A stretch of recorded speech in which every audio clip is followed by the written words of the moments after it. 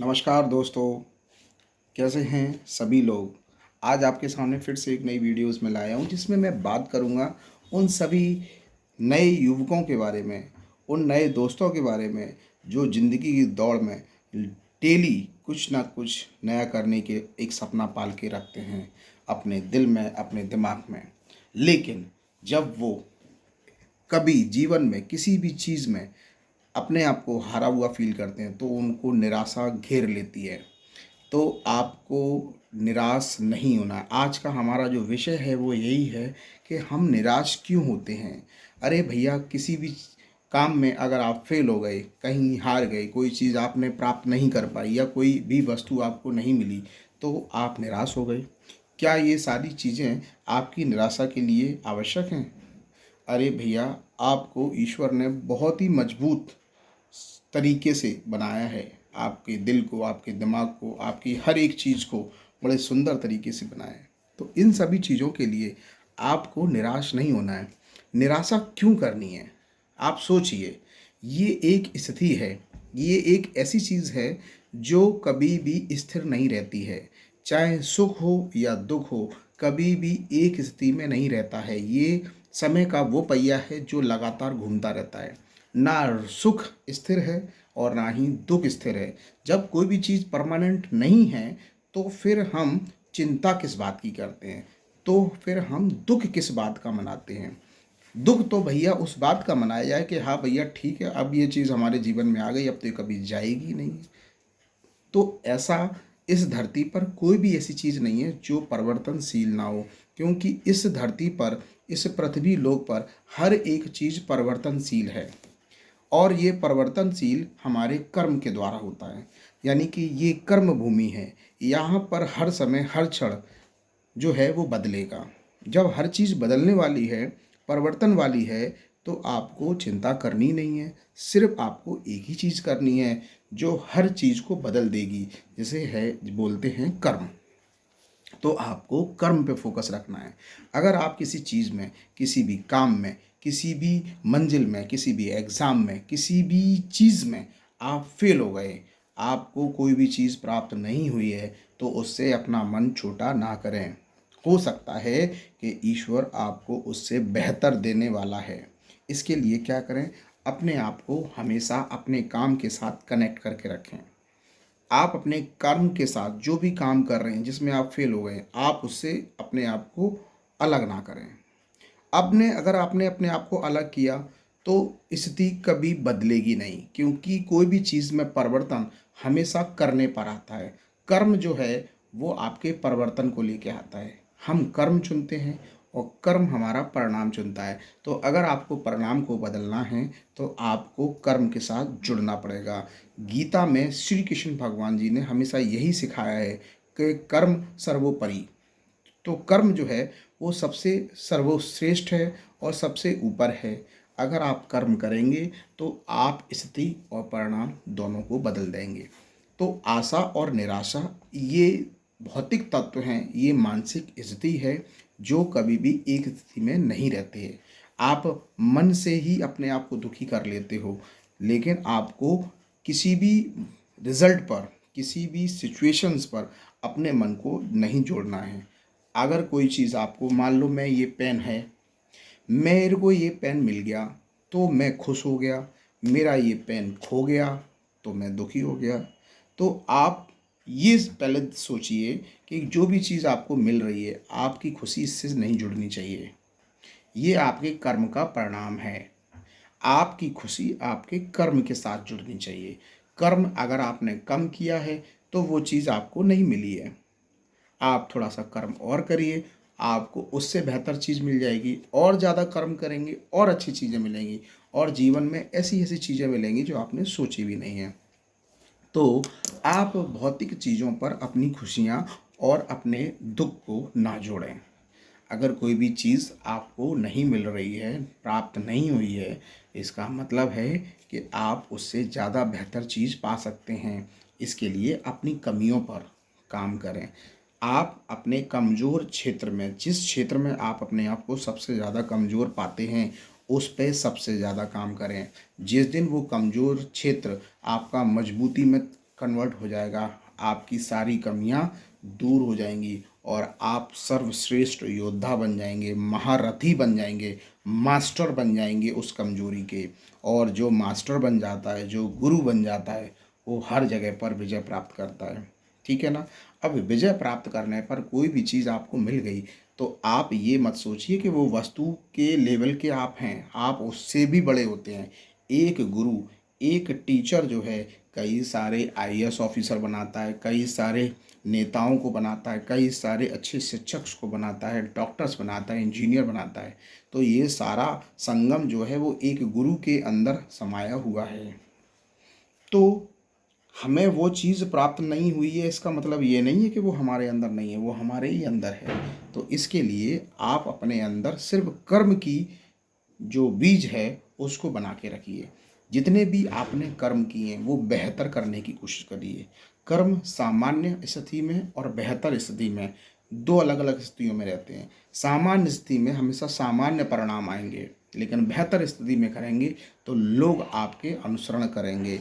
तो आप अपने किसी भी काम को, जो भी काम कर रहे हो, उसको बेहतरीन तरीके से करो।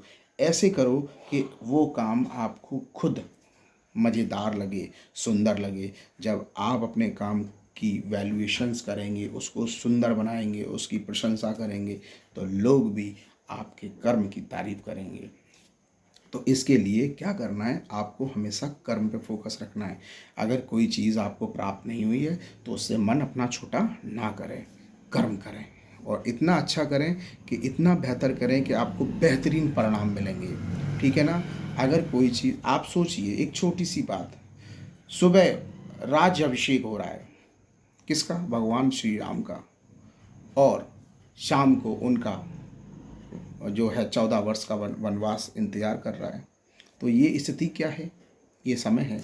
ये स्थिति कभी एक जैसी नहीं है। सुबह एकदम आपका राज अभिषेक अभिषेक हो रहा है राजकुमार बनने का, कि भैया राज सुख है, और शाम को स्थिति बदल गई। तो कोई भी स्थिति जो है वो एक निश्चित उसमें नहीं रहती है समय में। समय तुरंत बदल जाता है, स्थिति तब तुरंत बदल जाती है। तो जब ईश्वर का समय बदल गया, उनका सुख जो है एकदम दुख में बदल गया, तो हम तो इंसान हैं। ठीक है ना। तो इन चीज़ों के लिए ये जीवन के वो रोल हैं जो आपको सिखाते हैं। अगर कोई भी स्थिति आपके जीवन में आई है तो वो आपको एक अच्छा रोल दिया गया ईश्वर के द्वारा। आप उस स्थिति में अपने आप को परफेक्ट अपना पार्टिसिपेट करें, अपना काम करें और पूरे जोश के साथ काम करें। ईश्वर उस जगह आपका एग्ज़ाम ले रहा है। कोई भी स्थिति हो, आप अपना बेहतरीन बेहतरीन बेहतरीन परफॉर्मेंस दें और इतना अच्छा परफॉर्मेंस दें कि ऊपर वाला ये कहे कि वाह, मैंने सही व्यक्ति का चुनाव किया इस एग्ज़ाम के लिए। और आप उसमें आप बस दिमाग में ये रखिए कि ये स्थिति आधे घंटे बाद, 10 दिन बाद, 15 दिन बाद ये बदल जाएगी। क्योंकि कोई भी स्थिति आप चाहें या ना चाहें कभी एक सी नहीं रहेगी। यह ध्यान रख लीजिए, कोई भी समय कभी एक सा नहीं रहता। Time is always dynamic in nature. वो हमेशा बदलेगा। हमारा नेचर भी बदलता है, हमारा मन भी बदलता है। हम कभी एक मन में नहीं रहते, हमारा मन परिवर्तनशील होता है। हम एक मन में रह ही नहीं सकते क्योंकि ये ह्यूमन नेचर है। हमारा जो डीएनए है, जो है वो जेनेटिक मटेरियल, वो भी डायनेमिक नेचर का होता है, जिसकी वजह से हमारी सोच बदलती रहती है, हमारा मन जो बदलता रहता है, हमारा व्यवहार बदलता रहता है। हम कभी एक जैसी चीज़ को पसंद कर ही नहीं सकते। तो जब एक जैसी चीज़ को पसंद नहीं कर सकते और कोई भी चीज़ अगर हम पे हावी होने की कोशिश करेगी तो हमारा शरीर, मन, दिमाग ये सब उसको तोड़ देगा और हम दूसरी स्थिति में ऑटोमेटिक पहुंच जाएंगे। तो जब चीज़ें बदल जाएंगी ऑटोमेटिक, हम बदलने के लिए सक्षम हैं, तो फिर दुख को पकड़ के क्यों रहते हैं? दुख नहीं पकड़ के रहना है, क्योंकि आप उसके लिए नहीं बने हैं। आपको अपना कर्म करना है, बेहतरीन कर्म करना है और इतना अच्छा परफॉर्मेंस देना है कि आपको अगले पल बहुत अच्छी परफॉर्मेंस के साथ अच्छे रिजल्ट्स मिलेंगे। जब अच्छे रिजल्ट्स मिलेंगे फिर आप फिर खुश हो जाएंगे। तो आपको खुश भी ज़्यादा नहीं होना है, एकदम से आपक नहीं बना देनी है कि अरे वाह मैंने तो वो कर दिया, मैंने तो ये कर लिया। आप न्यूट्रल रहें। बहुत ज़्यादा मिले तब भी न्यूट्रल, बहुत कम हो जाए थोड़ा तब भी न्यूट्रल। तो जो इंसान बैलेंसिंग स्थिति में रहता है, संतुलन की अवस्था में रहता है, वो हमेशा शांत रहता है, रिलैक्स रहता है। आप बस किस चीज़ का मजा लें? काम करने का। काम कर रहे हैं, आप किसी स्थिति में हैं, काम कर रहे हैं और वहाँ पर काम थोड़ा सा कम कर पाए तो आपको भाई ये पता रहना चाहिए कि बस मैंने यहाँ पर कम अपना वो परफॉर्मेंस दिया, तो आप दुखी ना हो, आप सजग रहें, अटेंटिव रहें, ठीक है। और आपने बहुत अच्छी परफॉर्मेंस दी और आपको लग रहा है कि आई एम द बेस्ट, मैंने बेस्ट परफॉर्मेंस दिया, तो वहाँ पर भी बैलेंसिंग रहेगा। ठीक है, मैंने अपनी एक्सपेक्टेशन से ज़्यादा मैंने अच्छी परफॉर्मेंस दी, तो ये बैलेंसिंग स्थिति जो रहेगी, तो आराम से आपके जीवन में जो है बदलाव को आप स्वीकार कर सकते हैं कि कोई भी बदलाव आपके जीवन में जब आएगा ना, तो आपको पता रहेगा कि हाँ, अब मैंने ये किया है तो ये आएगा, और मैंने ये किया है तो ये आएगा, ये बदलाव जो है। और इस बदलाव को स्वीकार करना चालू करें। आप बदलाव को स्वीकार करें। बदलाव को कैसे स्वीकार करना है? आप अपने दिमाग को ये समझा लें कि कोई भी स्थिति जो होती है, कोई भी रिजल्ट जो होता है, वो लगातार एक ही स्थिति में कभी नहीं रहता, वो हमेशा बदलता है। तो चाहे सुख हो या दुख हो, वो कभी परमानेंट नहीं रहता है। क्या रहता है परमानेंट? आपका कर्म। तो आप पर डे जितना ज़्यादा अच्छा वर्क करेंगे, आपको पर डे उतने अच्छे एक्सपीरियंस मिलेंगे। आप कर्म कर्म आपने जो काम है, अपना वर्क है, वो अच्छे से नहीं किया, तो ऐसा नहीं है कि ज़िंदगी ख़त्म हो गई है। आप नेक्स्ट डे अपने आप को तैयार करें और दुखी ना हो। आज आपने कोई काम अच्छा बेस्ट परफॉर्मेंस नहीं दे पाया, तो शाम को अपने आप को तैयार करो कि अगले दिन मैं फिर बेहतरीन परफॉर्मेंस करूंगा। अपनी रणनीति बनाओ, अपनी ऊर्जा बनाओ, और अपने आप को तैयार करो कि मैं बेस्ट परफॉर्मेंस दूंगा। तो सुबह के लिए अपना तैयार करो अपने आप को कि मैं शाम को बेस्ट परफॉर्मेंस करूंगा। शाम को नहीं हो पाया तो अगले दिन फिर तैयार करो। ईश्वर आपको डेली उठाता है, इसलिए उठाता है कि उठो बेटा, और आज वो करो जो तुमने कल नहीं किया था, क्योंकि वो देने वाला वो है। सब कुछ आपको दिया है, सोच समझ चलने फिरने के लिए अच्छा शरीर दिया है, तो किसी से कुछ मांगने की ज़रूरत नहीं है। सब कुछ आपको ईश्वर ने दिया हुआ है। तो बेहतरीन परफॉर्मेंस दो, मस्त रहो, खुश रहो और व्यस्त रहो। यही जीवन का सबसे बड़ा आधार है।